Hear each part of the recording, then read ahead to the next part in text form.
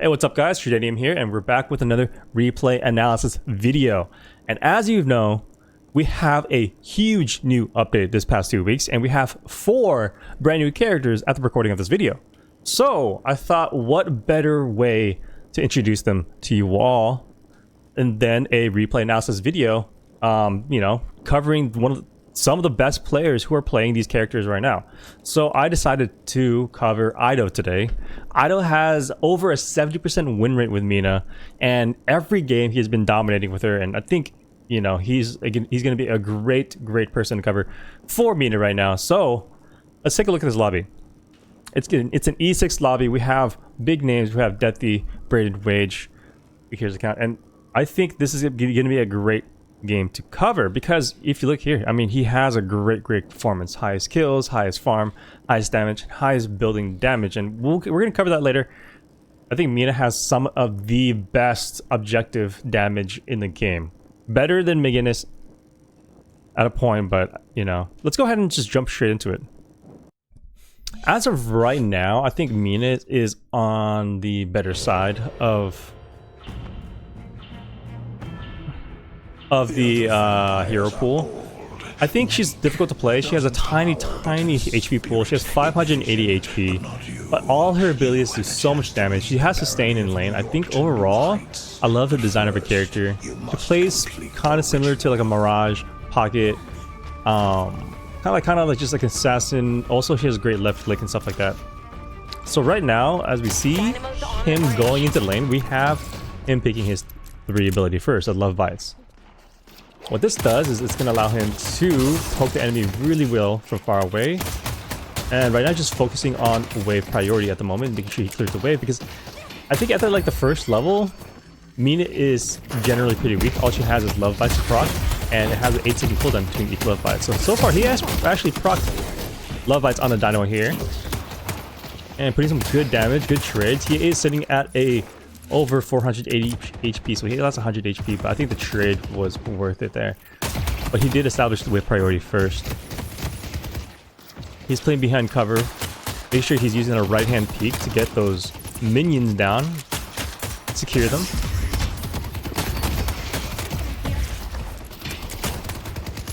While Deathy is getting some good damage on the left-hand side of the Dynamo. And with Mina coming in, after clearing the wave, she's going to go and help the Dynamo here and successfully kind of like push them off. And that's why wave priority is so important, guys. Like, if you're fighting with somebody, like 1v1, let's say in the lane, and then all of a sudden the wave pushes into you, you are going to take, like, how much damage here? Let's go pause the game. Like, this Trooper hits 131 damage right there. 214 damage on Haze, just because the wave is just shoving into you. So make sure you guys are focusing on your wave priority. I mean, Deathy here on Page taking 100, but I mean, that's only because he was fighting so hard. But overall, it's like 100 damage of Trooper damage to like 300. So, like, if you guys are having trouble in lane, just focus on wave priority, which is just shoving your wave into theirs. I think a lot of the time in low elo, like, people forget about that, and they just like go straight into fighting only. And the next thing you know, you're taking 500, 600 damage from troopers, and that's just like no bueno. We're hitting at the 1300, 1400 soul mark, and then Eido is going to buy his first item, Extra Spirit. Great item. I think the ability to scale pretty well with Spirit. I think everything scales like a 1.5. A 1.5 is actually pretty good for Love Bites. I'm not going to lie, I thought it was 1. And you have a 1 total on Rake. So honestly, Spirit is huge on Mina. 1.5. So Extra Spirit's gonna give him like 15 extra damage on Love Bites. And that's gonna be constant over again on left clicks. He's going for his next 800 item, I believe. Let's see what he gets here. Oh, he goes for the improved Spirit, so he's just going pure damage. So that's gonna add another, like, I can't really do the math. What, 8 times 1.5? 12? Well, so 20-something damage on Love Bites. 20-something damage on Love Bites, and then 18 plus on Rake. So that's like 30 total damage on his burst combo. Going for pure offense here. He doesn't need any sustain. He's not even taking any damage. They're putting just tons of damage onto the tower right now. Establishing wave priority really early. The first 2 waves are the most important. I'm not gonna lie to you guys. Like, if you guys want to get an early start, like this good of an early start in your guys' games, you need to get that early wave priority. For the first 2 waves, that's going to be your first 800 item. That's going to set the pace for the lane. Because if they're going to be fighting you at like half HP the entire time, it's going to be really hard for him to come back. So he doesn't manage to get the kill on Dynamo at all, but he does push him off the wave. He's 1 HP, so he either cannot stay, he's going to try to sustain himself, he's going to try to probably use his heal, but either way, he's going to leave his haze alone in the lane essentially. The longer you hide, the worse it's And Eido's going to hear that healing, right? But they know that Dynamo cannot help this haze right now, so they're just kind of going in pretty hard on him. Because why chase the Dynamo past the tower when haze is right in front of you, right? And if Dynamo can't help, it's kind of like just free damage for you. Mina has like really low HP, but she has really good sustain with Rake. We didn't know Rake gives you HP back per kill, and that works on minions and creeps too. So if you're playing like on the side lane, you're getting that lane with the tier 1 camp right there. Utilize that to heal yourself when you need to. Like, he doesn't have any healing items right now. He has like he has improved spirit first, and yeah, he's not taking too much damage, right? But he's utilizing his Rake to sustain himself and make sure he gets his HP back right there. And he used it earlier on the tier 1 camp. So he does hit as soon as he hits 3.4 soul mark. He's gonna make sure he gets that ultimate out there as soon as possible. Because, like, you know, right now, Dynamo does not have his ult, Haze does not have ult. It's such a huge power spike to get your ultimate first, and since they were dominating lanes so early, essentially they're allowed to do a play like that, right? Ooh, a kind of a misplay on his. Oh, actually, no. Well, we have Paige. Paige is a shield. It's gonna protect Eido long enough to either get away or re-engage.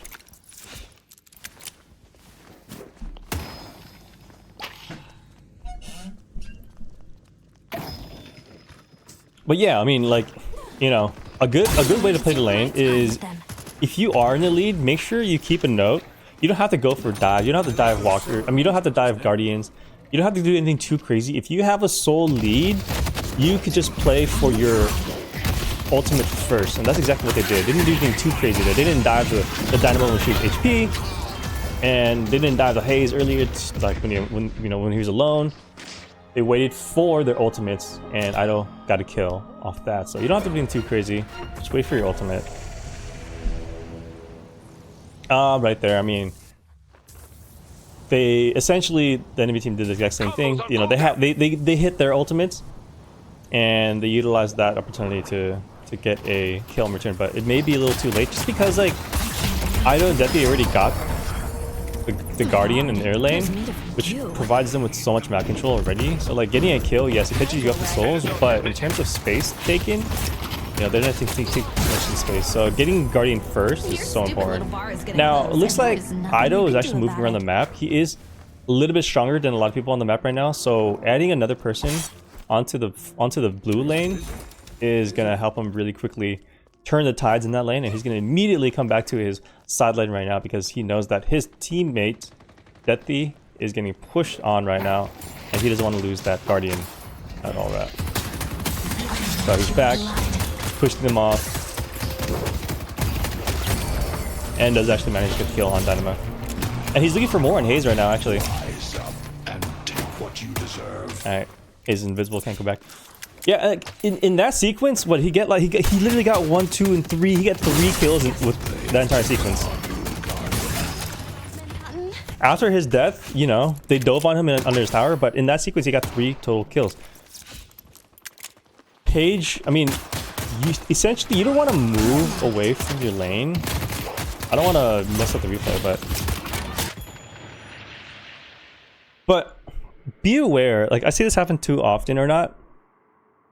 When you're rotating other lanes, ask a couple questions. Is your lane safe to leave? So he's leaving Paige alone by himself onto this lane, right? Is she gonna be okay, right? And 2, like, you know, they did rotate 3 over here too. So what you want to do is make sure For one, you want to push the lane out. Just actually, let me move over here. Hopefully the game doesn't break, or replay doesn't break. So coming back to after engagement with Infernus, or I forgot what it was. He's coming back. He's gonna die here, right? But he's gonna make the note that he's gonna go and gank another lane. So Hayes has his ult, so he's gonna look for something here, and he does find an opportunity.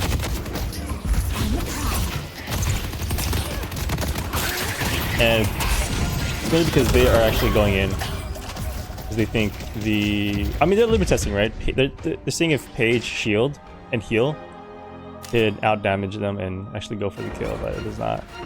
Anyways. They actually win not win the trade, but they do pretty well with the trade. And then Eido's actually looking towards this. There's a huge engagement. You know, they're kind of getting a little spicy over there. Paige is doing pretty well over there by herself. The lane is not shoving into it, so he's going over here to the middle lane to get a couple kills. Get one kill right there, and he's gonna manage to get.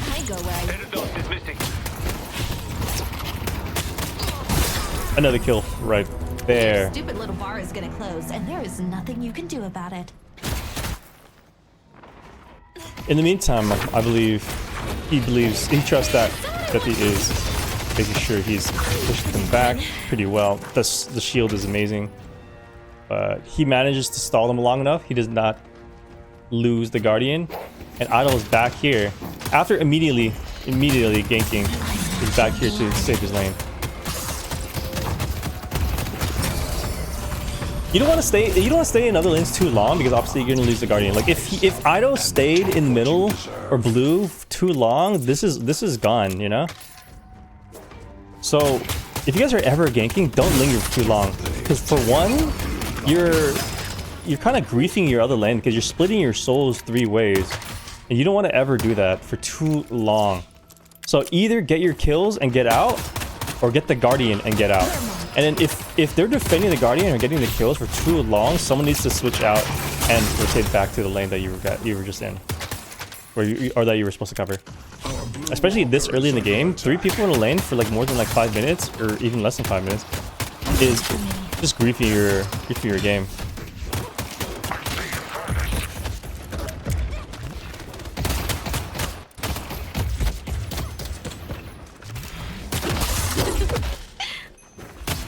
He already has 10 stacks on his ultimate, and honestly, oh yeah, also by the way, you can use your blink during your ultimate. You're sanguine retreat, your little blink.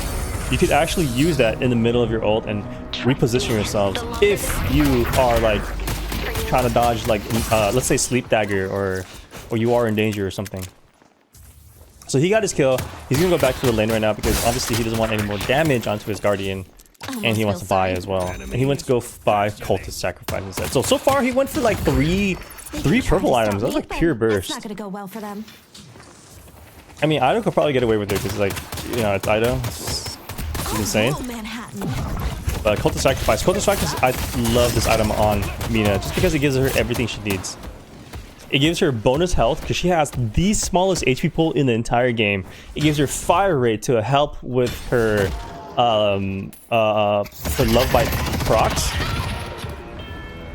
and that's a portion that Hayes actually went in for the invis to find Nina and kill her off on the Cinder Sacrifice, and also ability range, which is also really good for your Rake, Sanguine Retreat, and Nox Nostra, things like that. So Cult of Sacrifice, I think in my opinion, is like really good to Mina, just because it gives her everything she's lacking, or everything she wants and needs, all in one item.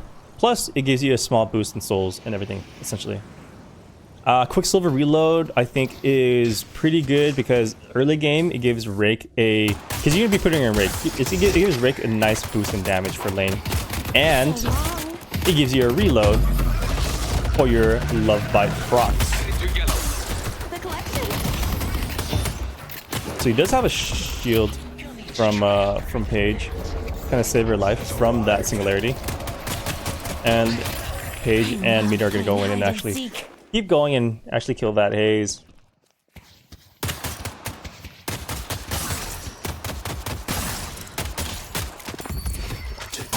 play.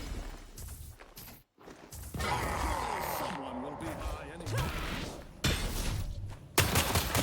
for a snack.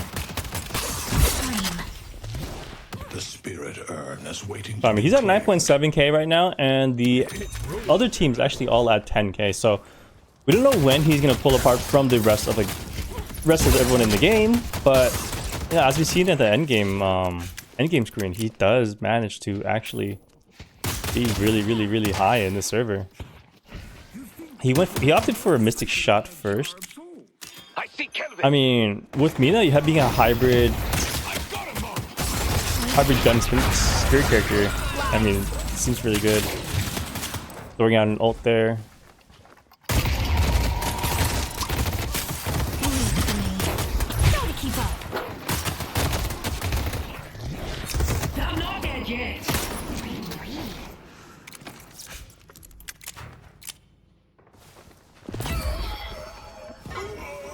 Yeah, he's pretty low. He doesn't want to risk anything, so it looks like he's going back. Nothing you can do about it.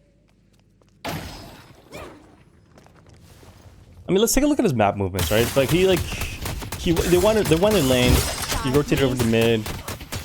Got a couple kills. Came back to his side lane. He is pushing.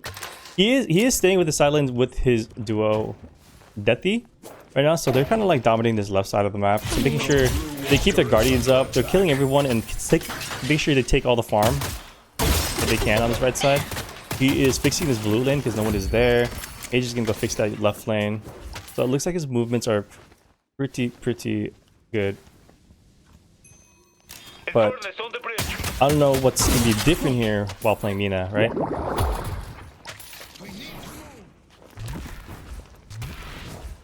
His focus seems to be farm. Getting a double bending here, down as soon as possible at the 12-minute mark.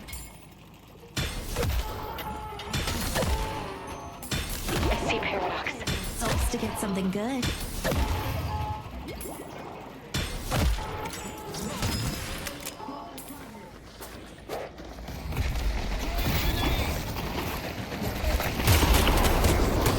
So he's like super close by to this engagement here in the middle, so he is going to come and see what he can do here. They actually managed to take out this but 7 does die. And after that, they kind of like stop engagement. No one's watching the left-hand side of the map right now, so they are going to lose that Guardian. Since most of their members are up below right now.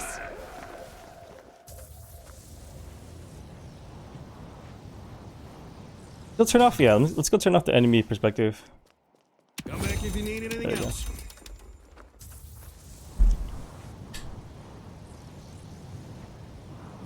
I see Viscous.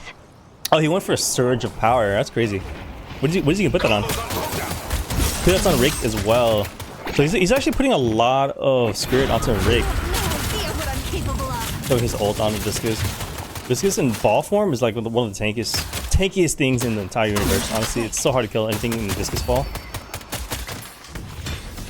But it looks like he's throwing as much spirit power onto his Rick right now. I'm thinking he's going for more of like a burst type build, because after love bites, after procs, you only get like 8 seconds of cooldown on it, right? So to finish it off, I mean, he has like another 230 damage plus 30% missing HP damage on his Rake too. So that's probably gonna help him finish it off as well. Total, like, if he hits that burst without doing anything else, it's about almost 400 or 500 damage. Don't get caught. Probably 5 more, like closer to 500-600 damage, right? And you have like the extra damage from love bites for each bullet. And then if you need to, you can use Nox Nostra. So everyone's like right now, like that's gonna be everyone's half their HP. And then throwing in Cold Front as well.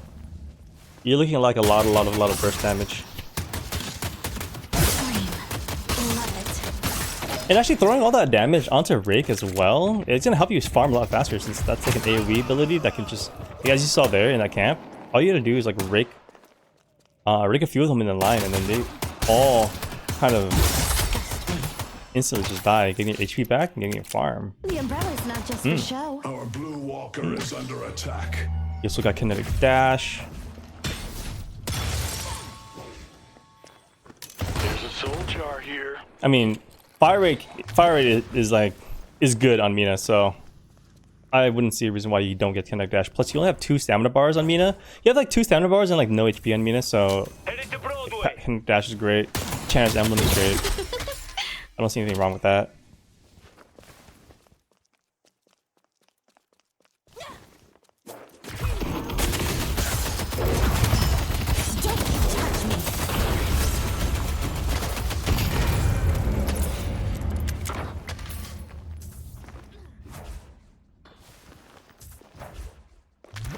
Here's that pile of goo.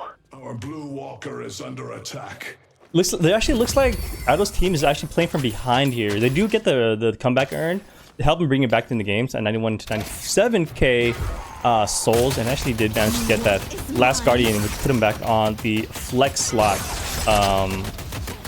level. He's just focusing on farm to come back in the game right now. Make sure he gets live bots on all tier 3 minions right now. Honestly, Rake, it looks like Rake helps him farm really fast. I can see why he put so much damage onto them. Just gonna get it here. Oh, he went for the Boundless Spirit. That's gonna be a huge boost in his damage right now. Let's see. Yeah, everything's kind of going crazy. Love Bites is 300 on burst. That's nuts. And since he has like so much attack speed, like he could proc Love Bites pretty fast. After he finds an opportunity to.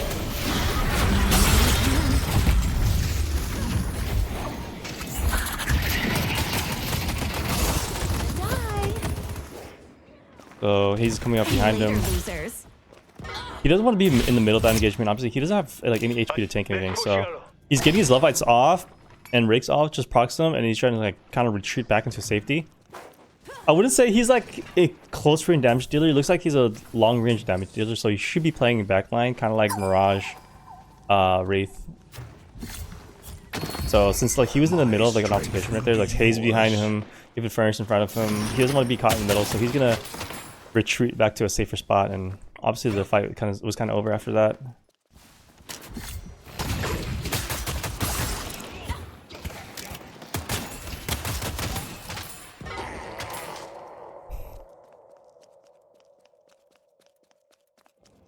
He's sitting at a nice 22k. I mean, he cherishes his life a lot, so like he doesn't want to overchase and overcommit to any fights, and he's preserving his soul lead.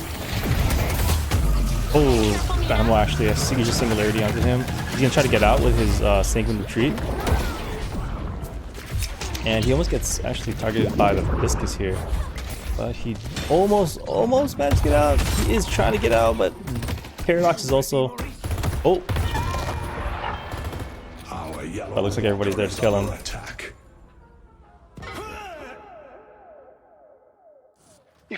Yeah, I mean, like if you're like the highest farm on your team, you're gonna be the highest priority target.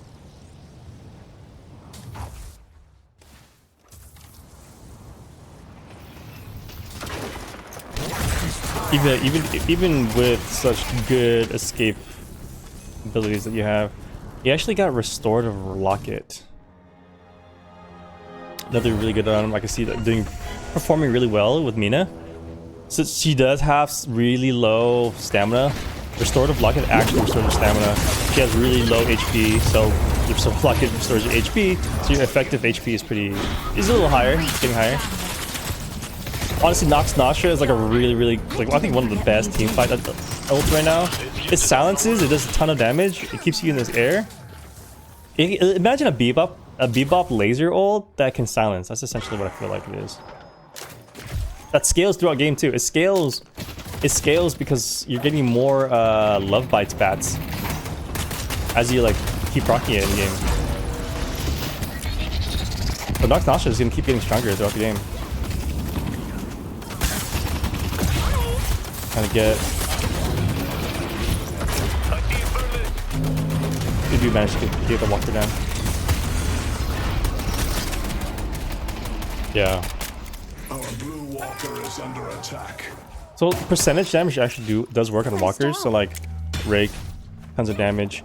Also Nox Nostra, when you get that tier 3 on hit, deal plus 1% current health as damage.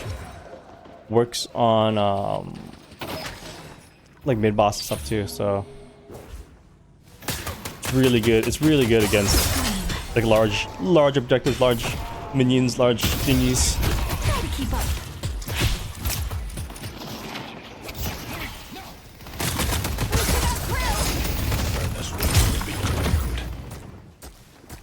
But the way he's like doing his fights, it looks like he's positioning himself back into like a safer position first before fighting, instead of just like going straight to a fight.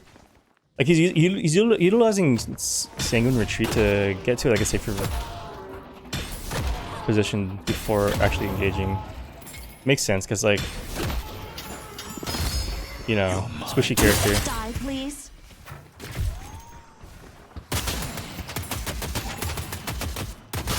I think a lot of times, sometimes I know me for one, I'll use my like escape abilities to actually escape, but not like reposition. So Don't mind the blood on that. It's even though he didn't kill anybody that like engagement, like the thought process was there. Oh, he does manage to get into engagement with 3 or 4 with the Sapphire. They're trying to like eliminate him here, and they're gonna be chasing. He'd be chasing Paige away. The spirit Think about Paige. to be claimed.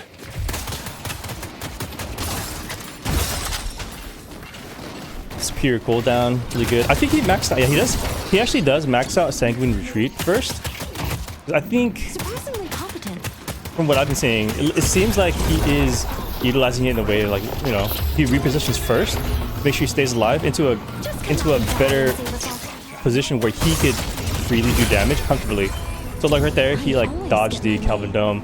He got into a position where they weren't really kind of attacking him. So now he is in position to do or pump as much damage out as possible. So when you max out Sanguine Retreat, it has a -7 per second cooldown, and you're getting superior cooldown as well. On top of that, it is at a 14.6 second cooldown. And you have 2 charges of it, so he's not afraid to use it to reposition first, and then afterwards he can use it after the fight. Yeah, he can definitely just use it to like escape if you need to, or reposition again to keep like pumping out damage. Because remember, you can't do damage if you're dead. So my thought process, or what I think he's going for here, is if he could survive long enough in fights, he could keep pumping out damage. And Mina already has really good innate damage. I mean, he has balanced spirit already anyways. Surge of power, tons of great spirit items. He has tons of damage already. So all he needs to do is make sure he stays alive in the middle of these fights, keep pumping out this damage and repositioning. So that's what I think hypothetically is the thought process behind his build. I could be wrong, but this is what I've been observing and what I think.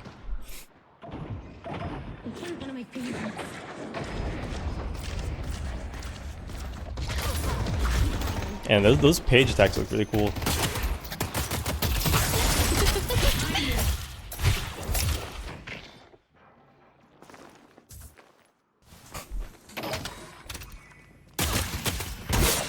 We're farming. He's at 31k. The next closest person is 29k Haze. There should be 17 Wizard. They get into engagement here on middle here.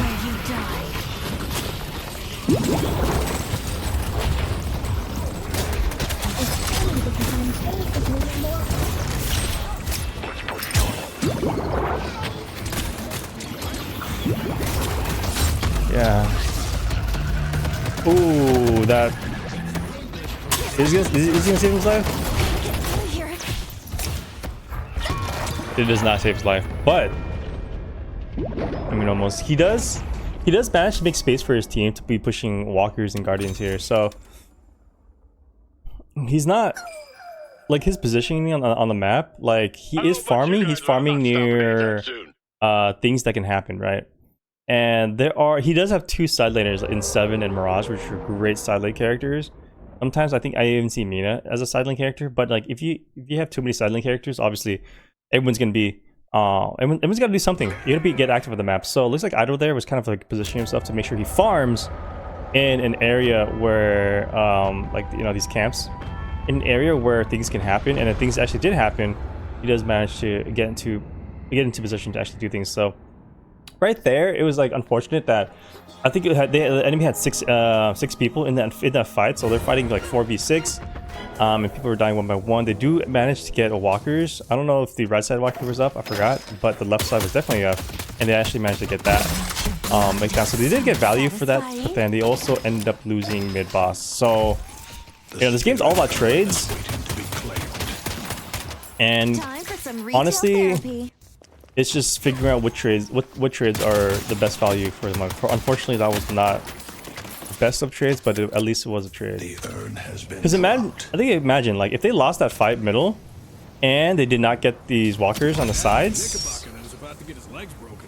then they just have like 3 walkers and mid boss. So at least they traded. It's not the worst thing in the world. They can still come back here.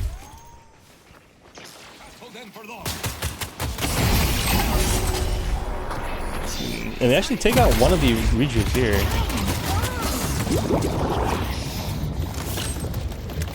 So the Sapphire team is rotating the urn all over this side. Ember is like positioned over here because they know they're gonna be. The Sapphire is gonna want to rotate over there to protect the urn, so they're gonna be split. So there's gonna be a team here. There's gonna be a team here. So with that macro knowledge, someone's gonna be out of place, and they actually did find that this gets out of place and actually managed to take that rejuve out from that. And it looks like they are engaging it more here. They're not afraid to engage. But at this point in time, the Sapphire team is grouped up back again, and they still have one more rejuve, so they didn't manage to get the pick that they wanted.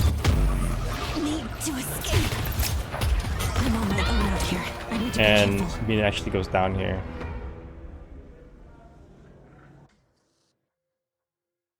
They lose 2.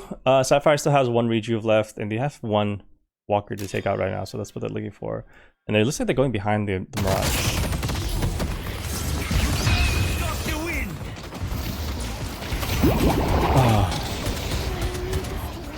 Let's try to focus on what Eido specifically is doing to try to win the game. So far, I mean, what I've noticed is that he is extremely active in these fights, and he is still managing to farm nearby fights enough to be able to join any engagement. Obviously, he can't be here. He's dead at the moment.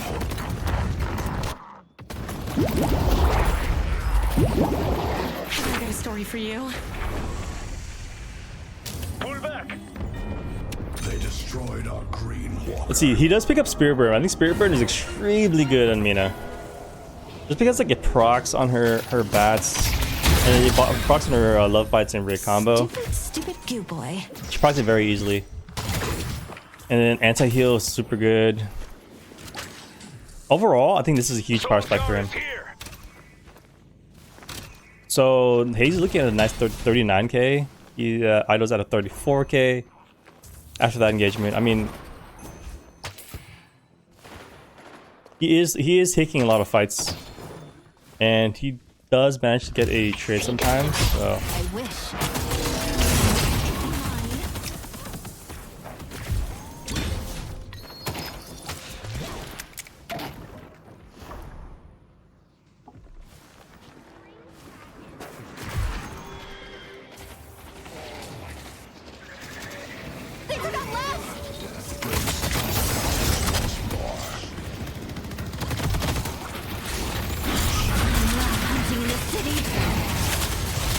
Throwing out that Nox Nostril on Hayes.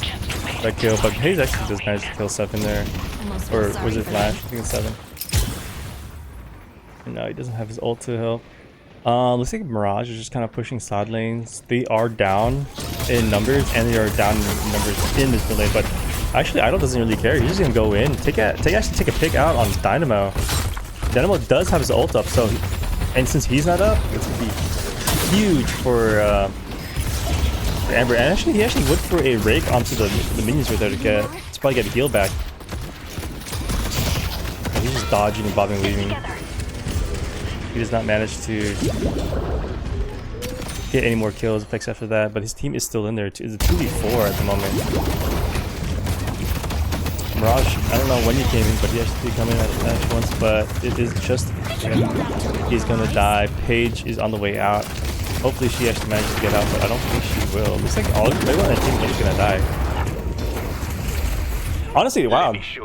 Like, the Ember team is actually on the back foot right now. They're just kind of getting rushed in these team fights. I mean, they are taking these fights like 4v6, 5v6. Conqueror Mirage is kind of pushing the side lanes. Maybe he's pushing a little too long. I don't know if he's coming soon enough, or I don't know what. But we're just trying to focus on what Eido is doing. He is not afraid to go in though. I mean, that character is super strong anyways. I mean, he always manages to get like 1 or 2 picks, right? Like for him to get the highest damage in the game, like you're staying active. He's staying active.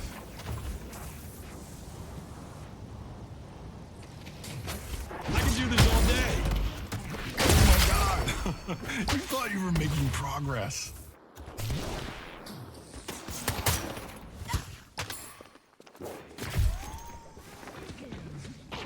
Later, loser. You find somebody on Sapphire stealing farm in this side, and he immediately just kind of goes in and runs at him. Even uses his Sanguine Retreat to like just run at them. I mean, he's like 1k. Maybe he's the same soul lead as Viscous, but he doesn't care. He's gonna run at him. He does have Lash and Page running though, so probably knows that information before going in.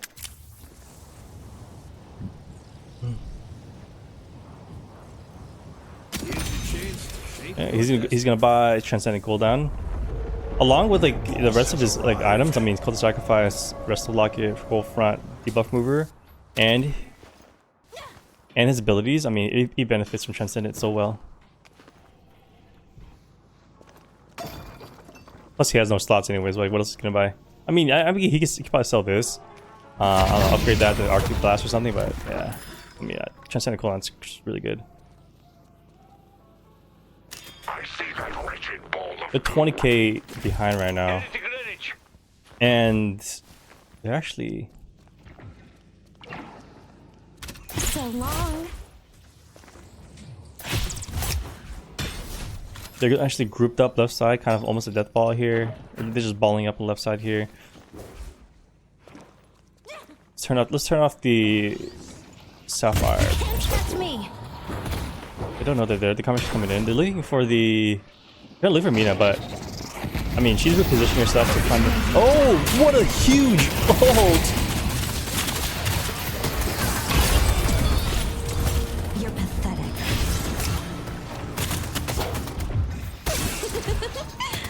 Oh my goodness! I mean, that shows the power of Mina ult too. I mean, also like Lash, but that 4-person Lash ult into Mina, like Mina is silences, right?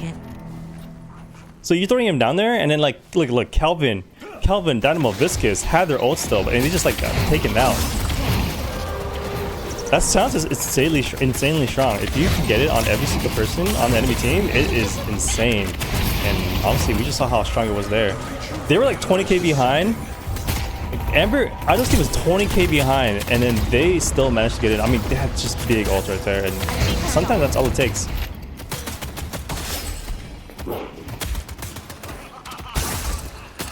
I'm not gonna lie, I think sometimes people give up a little too easily, but I think to be able to if you guys want to be able to play in this kind of elo, I think you have to keep kind of staying aggressive and finding opportunities for you, because they were 20k behind. I think I usually had like 30k behind. Like you'll see some teams just play really defensive. They won't leave their base. They're not gonna go for anything crazy, but man, I think it really shows you the power of teamwork right there. And you know, mid boss allows for some like really impressive comebacks as well. Like you have 4 revives right now. And he's at 1 HP, and he's just chasing this full HP Kelvin down like a dog. I mean, he has rejuve, he has his team behind him. He has everything, but he does not care if he's gonna live or not. So he's making sure he's maximizing his potential. Even though he's a 1 HP, he's making sure he's utilizing every single ounce of his HP to do damage for his team. And I think that's what makes him so successful here. You make a good team. And they're just like running him down right now. Like they don't care. Like dying is not too important as long as you're trading enough HP efficiently to like make use of it or make it worth it, right? Like we just saw him like just run people down here, do as much damage as possible, and just kind of like just cleave people left and right.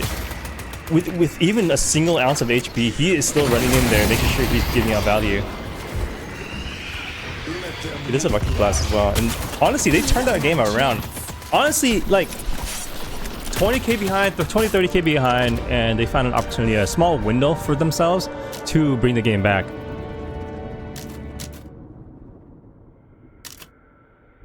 I mean, good on him. So what did we learn?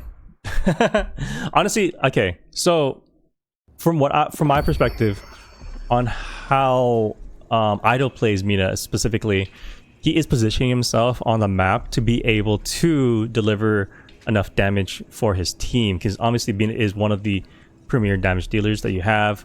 You have Mirage and Seven already on the side lanes worrying about the macro and pushing the side lanes to get these walkers / guardians. So he's not required to kind of like pursue those side lane roles at the moment. So he is kind of farming in the mid area aspect, and he is rotating a lot, making sure he's very active. He is already ahead. So he got his lane lead, won his lane, rotated over the mid, got a even further lead, kind of taking out 2 to 3 people all at once in that sequence, coming back to the lane that he was in at, keep pushing his lead up because he was double invading with Paige as well along his side. And looking at his item build, he was building a lot of purples in lane. He does have sustain from his rake, so the easier he can proc his rake, the more heals he's gonna get anyways, and it does scale off spirit regardless. So getting that improved spirit was actually pretty nice. And then he has Surge of Power on top of it as well, which is super cool. So he is going for like a huge burst build, and it looks like he was utilizing that to farm efficiently as well as take fights efficiently as well. He leveled up his second ability, Sanguine Retreat, first. He in the middle of fights, he is for fights, he is repositioning himself into a better position to do more damage. So, I mean, I think a lot of times we find ourselves in bad situations and we just kind of use our escape abilities to escape and run away.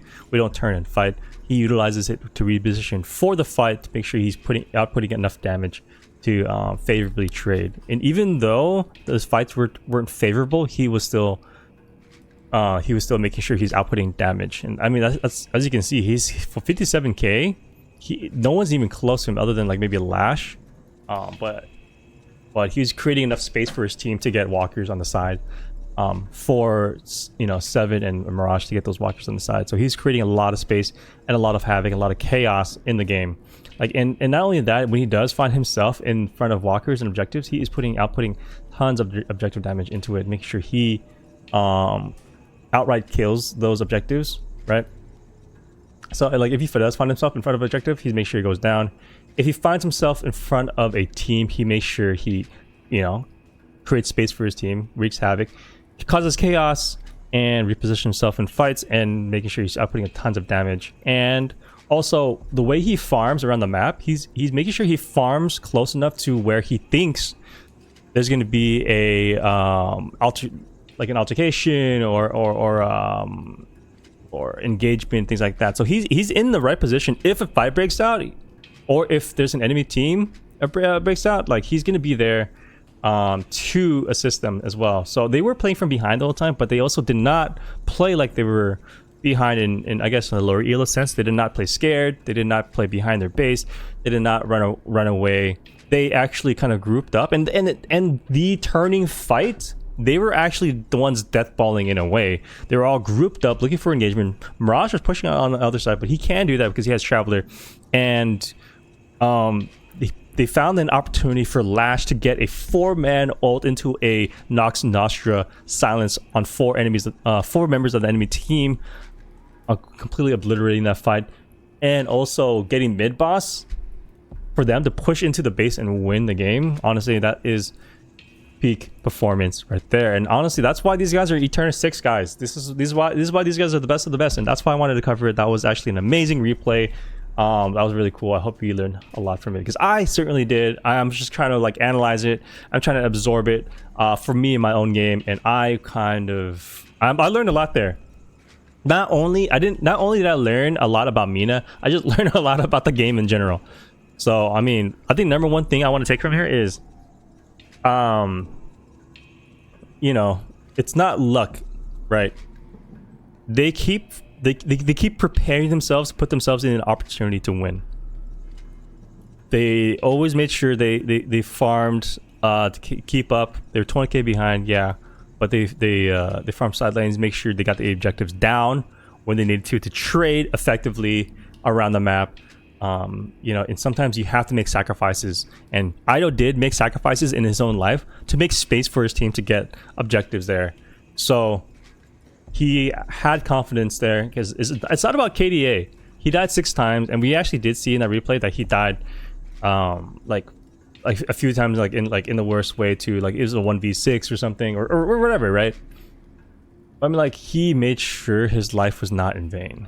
Let's see. Damage type. Let's see, like, his rake did 10k damage, love bites is second, and love bites on hit as well, Nox Nostra. But yeah, his rake is doing tons of damage. That's souls by source. Let's see what he's going for. His neutral enemies is actually pretty high. Neutral enemies 10k. I mean, his second highest for his for the second highest on his list. So he's making sure he's getting neutral creeps, but I think where he's getting neutral creeps is what's important. He's invading a lot. Make sure you invade a lot, because if essentially you're trading value from the enemy team.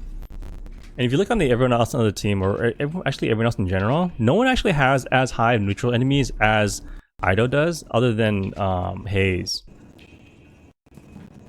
But you know, if you guys were watching the same replay as I was, it felt like he was fighting a lot of times too, because I think he was fighting non-stop almost, and that's how you get the highest damage, right? So what I'm taking that from that is that he is farming himself in a position where he can take fights effectively, right? So that's gonna be invade.